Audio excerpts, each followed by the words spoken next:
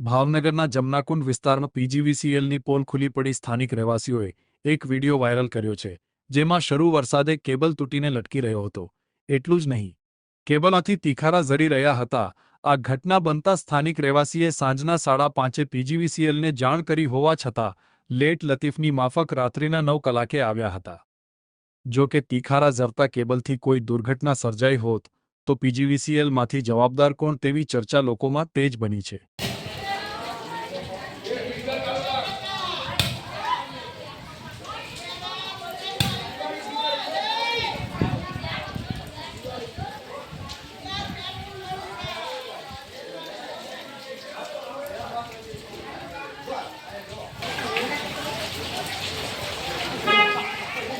ન્યા મેકી દે ન્યા રાખી દે ને અહીંથી વી આવ અહીંથી